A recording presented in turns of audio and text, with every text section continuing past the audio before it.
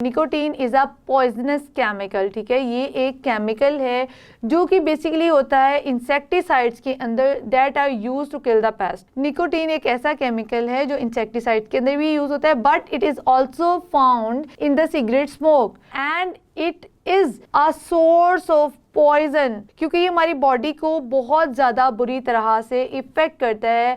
ये हमारी आर्टरीज की वॉल जो हैं उनको जो है वो डैमेज करता है और हार्ट डिजीज़ और ब्रेन डैमेज भी कॉज कर सकता है।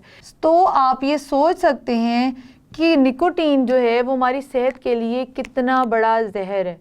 तो आपको सिगरेट लेने से पहले ये चीज़ जो है अपने जहन में रखनी चाहिए कि ना सिर्फ ये हमारी बॉडी को इफ़ेक्ट कर रही है, हमारी बॉडी में कैंसर भी कॉज कर सकती है, हमारे रेस्पिरेटरी सिस्टम को इफ़ेक्ट कर सकती है, हमारे सर्कुलेटरी सिस्टम को इफ़ेक्ट कर सकती है, हमारे टीथ को इफ़ेक्ट कर सकती है, बल्कि हमारी बॉडी में ब्रेन डैमेज भी कॉज कर सकती है।